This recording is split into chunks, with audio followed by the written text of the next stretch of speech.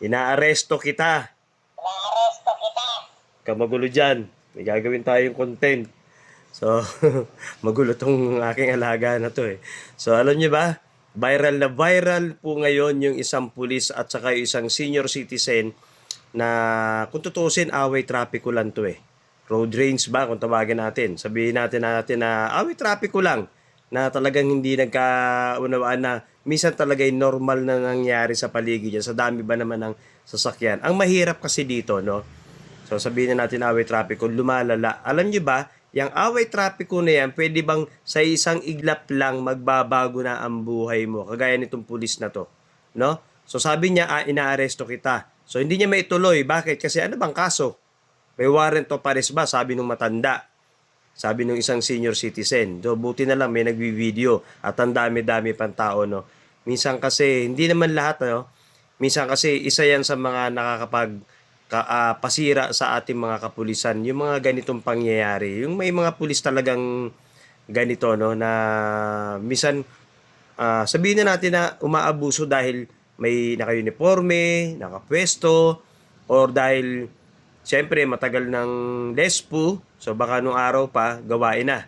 No, kaya kung mapapanood ninyo yung latest video tungkol dun sa isang officer at saka yung pinakang boss niya, no, yung pulis na yan at saka yung pinakang boss niya, talagang sinasagot-sagot pa niya yung boss niya. Nasabi pa na niya wag niyo akong gamitin, no, parang ganoon ang term eh. Wag niyo akong gamitin sa pagpapopogi niyo dito sa media, no, sa mga kasi may mga karap na media no. Pero kung papanoorin mo yung video nakikita ninyo, kung nakikita niyo yung video na yan, kung panonoorin ninyo, ay kawawa naman talaga din yung matanda na pwede naman pag-usapan ng maayos. Kung napansinin ninyo. At paano yung matanda kung bilang na-stroke yun or inatake sa puso yun, sa init pa naman ng panahon, at buti na lang talaga may nagvi-video. Kaya napakalaking bagay po yung may nagvi-video na gano'n ano. So, ginamit mo na agad yung pagkapwersa mo bilang kapulisan or pulis. No, hinandcuff mo agad or pinosas mo agad, wala namang kaso. Hindi namang kriminal. Away karsada lang or yung simpleng ano tawag ba doon, yung parang girian sa karsada. Pinosas mo na agad. Tapos sinakay mo doon sa sarili mo sasakyan, hindi pa sa mobile, no? So talagang ano siya masama ang loob pero alam niyo ba, base doon sa nakalap na ebidensya or nakalap na record nung pulis na yon, marami na pala talaga siyang ganung ginawa. Ibig sabihin, may mga iba't iba na siyang senaryo na parang sa madaling salita, buryong yung utak, parang magagalitin, parang gano'n kasi kita nyo naman yung reaksyon ng pulis, di ba? So, kawawa, buti na lang na videohan at nakarating sa taas. So, sabi nga ng ibang mga comment, no? Tapang later, tapang ngayon, iyak later, or wala ng trabaho.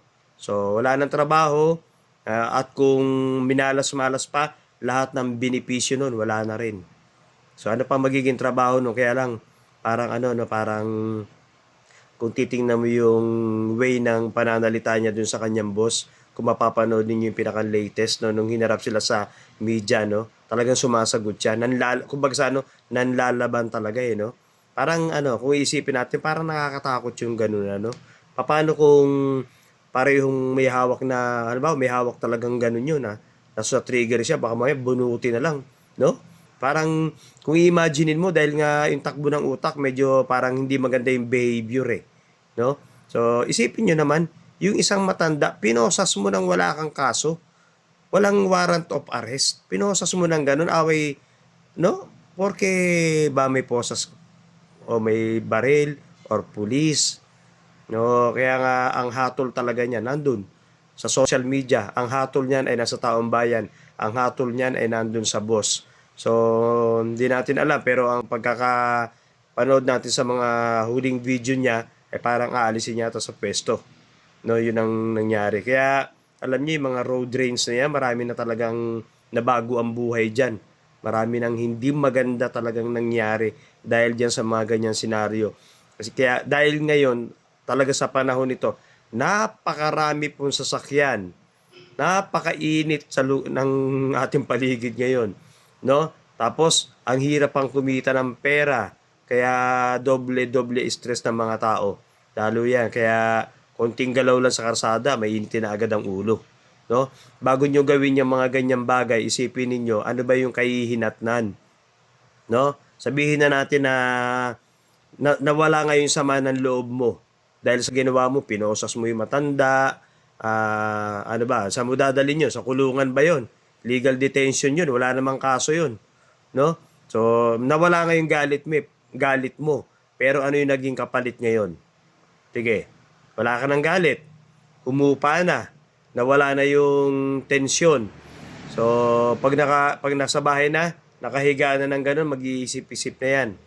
O tapos, magsisisi sa huli. Kaya lang, sabi nga nila, walang pagsisisi na nasa una. Lahat po na nasa huli. Pero dahil nga sa behavior ni Mamang Pulis, kung papansinin ninyo, kaharap na yung boss niya, talagang sinasagot-sagot pa niya, no? Kaya nga sabi nung iba, yung ugali nung lespo, dinala pa ron. Dinala pa ron sa mismong boss niya. At panoorin niyo yung video. Yung video na napapanood nyo, sige, kayo po ang humusga. Anong masasabi nyo? I-comment nyo ngayon dyan.